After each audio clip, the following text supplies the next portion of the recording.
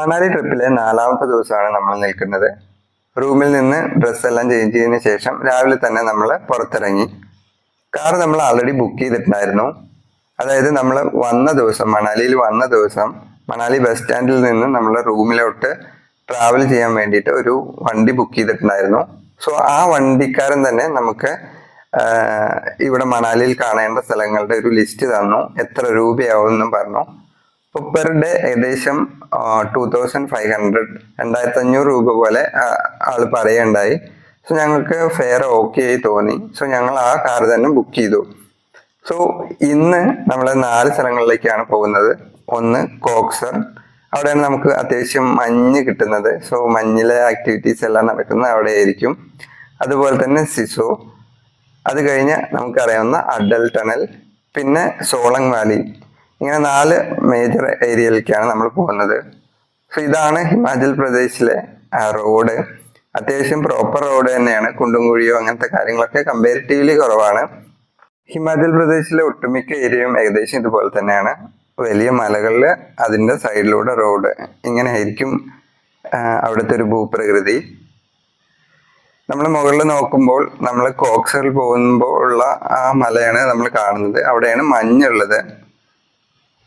നമ്മൾ ഏകദേശം മണാലിയിൽ നിന്ന് ഒരു 28 കിലോമീറ്ററോളം വിട്ടിട്ടാണ് ഇപ്പോൾ വണ്ടി പോയിക്കൊണ്ടിരിക്കുന്നത് മണാലിയിൽ നിന്ന്.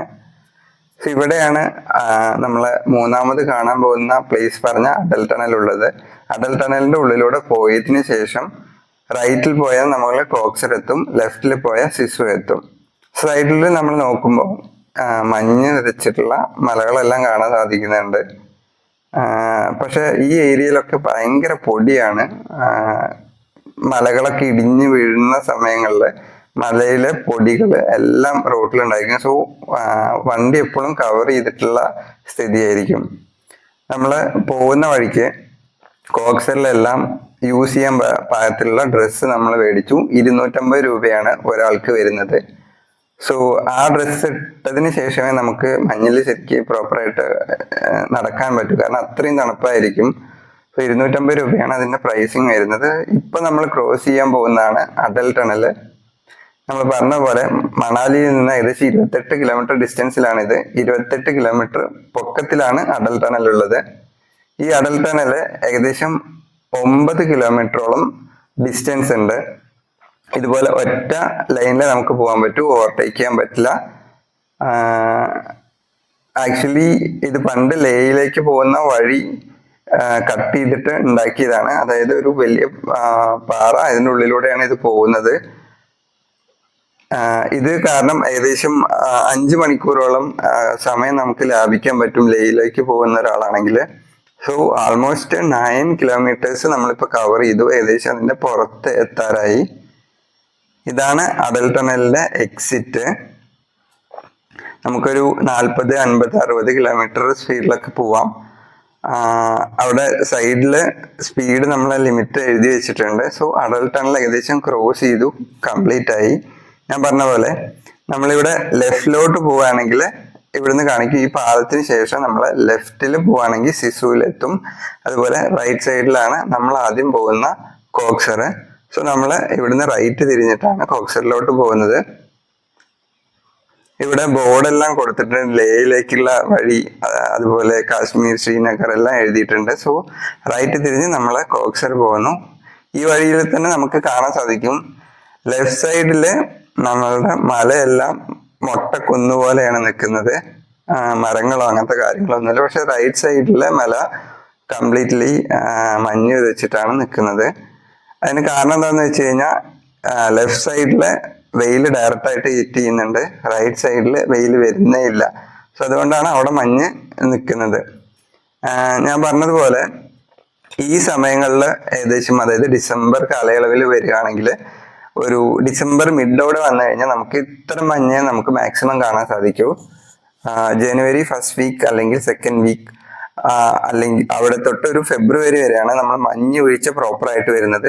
അല്ലെങ്കിൽ ഡിസംബർ എൻഡ് സമയങ്ങളിലും അത്യാവശ്യം മഞ്ഞ് വീഴ്ച നമ്മൾ കാണുന്നുണ്ട്. ഇപ്പം ഇൻസ്റ്റാഗ്രാമിലൊക്കെ നമ്മൾ നോക്കിക്കഴിഞ്ഞാൽ ഡെയിലി ഈ മഞ്ഞ് വീഴ്ച അപ്ഡേറ്റ് ചെയ്യുന്ന ആൾക്കാരുണ്ട്. സോ അത് നിങ്ങൾക്ക് യൂസ് ചെയ്യാവുന്നതാണ്. സോ പോകുന്നതിന് മുന്നേ ഇപ്പോൾ ആസഫിനും മഞ്ഞുണ്ടോ ഇല്ലയെന്ന് നിങ്ങൾക്ക് കൺഫേം ചെയ്യാം. ആൻഡ് ഒരു കാര്യം കൂടിയുണ്ട്, നമ്മൾ മഞ്ഞ് വീഴുന്ന സമയത്താണ് പോകുന്നതെങ്കിൽ അടൽ ടണൽ നമുക്ക് കാണാൻ പറ്റുമോ എന്നത് കൂടി ഡൗട്ടാണ്. കാരണം അത്രയും മഞ്ഞായിരിക്കും, അങ്ങോട്ട് പോകാൻ പറ്റില്ല.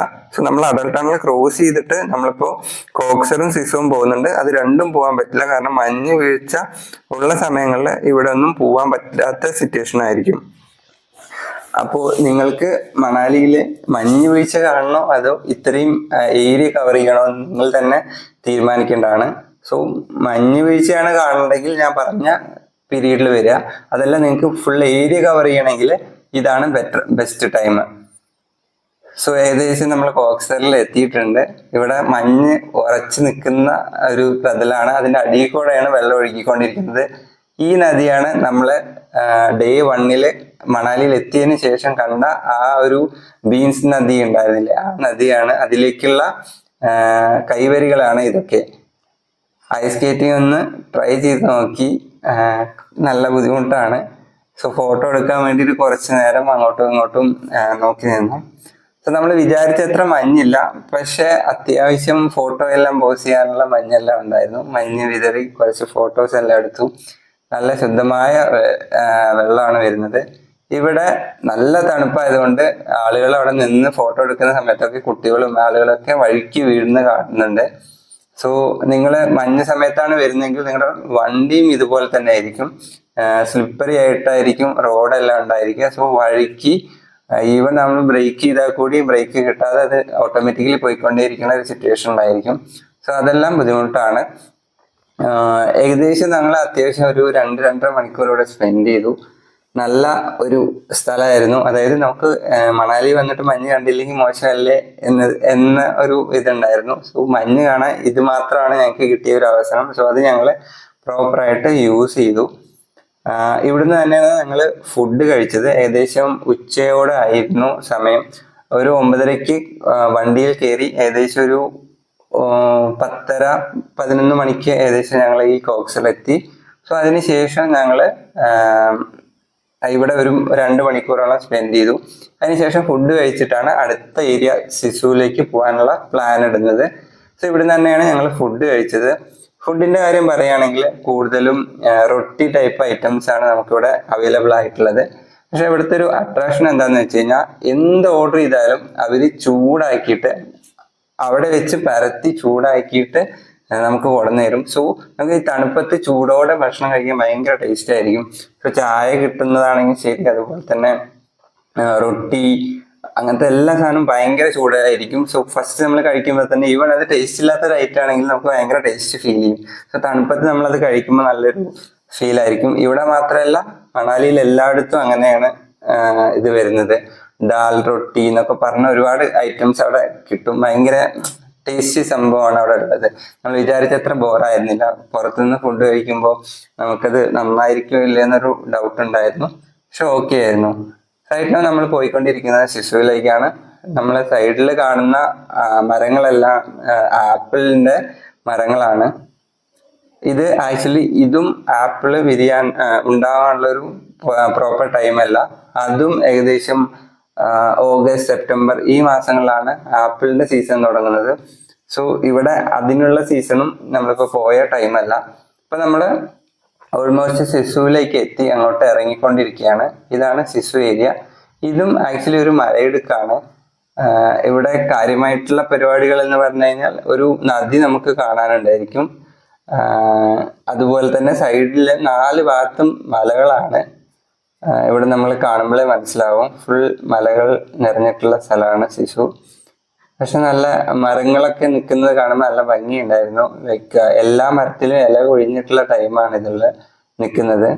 ഇവിടെ ആപ്പിൾ തോട്ടമൊക്കെ നമുക്ക് ഇവിടെ കാണാൻ സാധിക്കുന്നുണ്ട്. സോ റൈറ്റ് സൈഡില് അവിടെ ഒരു നദി കാണുന്നുണ്ട്. പക്ഷെ നമ്മൾ കുറച്ച് കഴിഞ്ഞാൽ അതിൻ്റെ ഒരു റിയാലിറ്റി നമുക്ക് മനസ്സിലാവും എന്താണ് സംഭവം എന്നുള്ളത്. സോ ഇതാണ് നമ്മളിപ്പോ നേരത്തെ പറഞ്ഞ സംഭവം. ഇത് ആക്ച്വലി ഈ നദിയുടെ ഒരു പോർഷൻ വെള്ളം ഇങ്ങോട്ട് ഒഴുകി എത്തുന്നതാണ്. പക്ഷെ ഇതെല്ലാം ഐസായി കട്ടായിട്ട് നിൽക്കുകയാണ്. ആളുകൾക്ക് ഡൗട്ട് ഉള്ളത് കൊണ്ടാണോന്ന് അറിയില്ല. ആളുകൾ കല്ലൊക്കെ എറിഞ്ഞ് നോക്കുന്നുണ്ട്, അതായത് ഐസ് തന്നെ ആണോ എന്നറിയാം. പക്ഷെ ഇത് കംപ്ലീറ്റ്ലി ഐസാണ്. ഐസ് ആയതുകൊണ്ട് തന്നെ ഇവിടേക്ക് ഇറങ്ങാൻ ആരും സമ്മതിക്കില്ല. അതെന്താന്ന് വെച്ച് കഴിഞ്ഞാൽ ഉള്ളിൽ ഒഴുക്ക് ചിലപ്പോൾ ഉണ്ടായിരിക്കും. സോ ഇതെങ്ങാനും പൊട്ടിക്കഴിഞ്ഞാൽ നമ്മൾ ഉള്ളിലോട്ട് പോകാനുള്ള ചാൻസ് ഉണ്ട്. സോ ഇത് മിക്കവാറും വളരെ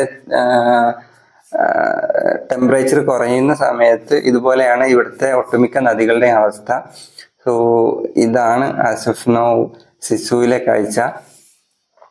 സിസുവിൽ നിന്ന് നമ്മൾ നേരെ അടൽ ടണലിലോട്ടാണ് പോകുന്നത്.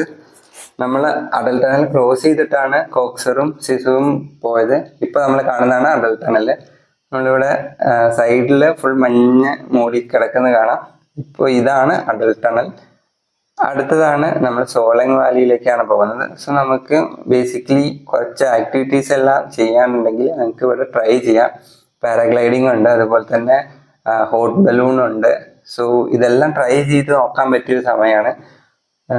നമുക്ക് മുകളിലൊക്കെ നോക്കുമ്പോൾ ഇതുപോലെ പാരാഗ്ലൈഡിങ്ങിന് ആളുകൾ ഇങ്ങനെ ക്രോസ് ചെയ്ത് പോകുന്നത് കാണാൻ സാധിക്കും. സോളങ് വാലി ബേസിക്കലി ഒരു ആക്ടിവിറ്റി ഓറിയന്റഡ് ഏരിയ ആണ്. സോ കൂടുതലും ഇങ്ങനത്തെ അഡ്വഞ്ചർ ഇഷ്ടപ്പെടുന്ന ആളുകൾക്ക് ട്രൈ ചെയ്യാവുന്ന ഒന്നാണ്. എൻട്രി ഫീസ് അങ്ങനെ ഒന്നുമില്ല. സോ അവിടെ ഒരു ഹോട്ടൽ ഉണ്ടായിരുന്നു, അവിടെ കയറിയിട്ട് നമ്മളൊരു ചായ കുടിച്ചു. ഞാൻ പറഞ്ഞ പോലെ തണുപ്പത്ത് നമ്മളൊരു ചായ കുടിക്കുമ്പോൾ ഭയങ്കര ടേസ്റ്റാണ്. സോ ഇവിടെ വേറെ ആക്ടിവിറ്റീസ് കുറേ ഉണ്ട്. ഇതുപോലെ ഇപ്പൊ നമ്മൾ വഴി കൂടെ പോകുന്ന സമയത്ത് അവിടെ കാണപ്പെടുന്ന ഒരു ജീവിയുടെ മുകളിൽ ഇങ്ങനെ കയറി പോകുന്ന ആളുകളൊക്കെ കാണുന്നുണ്ട്. കാണുമ്പോൾ തന്നെ നമുക്ക് പേടി വരുന്നുണ്ട്.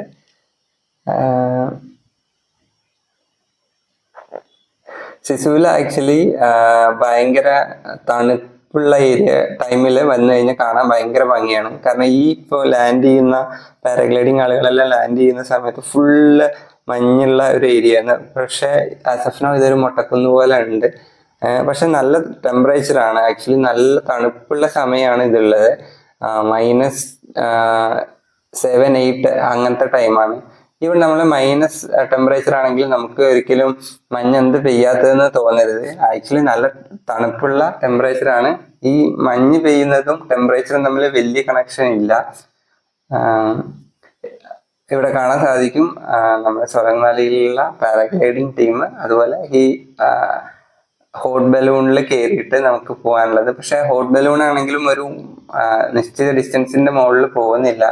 ഒരു മാക്സിമം ഒരു 100 മീറ്റർ പൊക്കത്തിലേ മാത്രമേ പോകുന്നുള്ളൂ. പാരാഗ്ലൈഡിങ് പക്ഷെ കുറച്ചുകൂടി ഇൻട്രസ്റ്റിംഗ് ആണ്. നമുക്ക് ഈ ഏരിയ ഫുള്ള് കവർ ചെയ്യാൻ സാധിക്കും. അതായത് ഈ മലയിടുക്കുകളുടെ ഇടയ്ക്കൂടെയൊക്കെ പോയിട്ട് അത്യാവശ്യം അഡ്വഞ്ചർ ആയിട്ടുള്ള ഒരു സംഭവമാണ്. 3500 അല്ലെങ്കിൽ 3000 റേഞ്ചിലാണ് ഇത് വരുന്നത്. സോ പാരാഗ്ലൈഡിങ് ആണ് കുറച്ച് അഡ്വഞ്ചർ ആയിട്ടുള്ള ഒരു ആക്ടിവിറ്റി സോളങ് വാലിയിലുള്ളത്.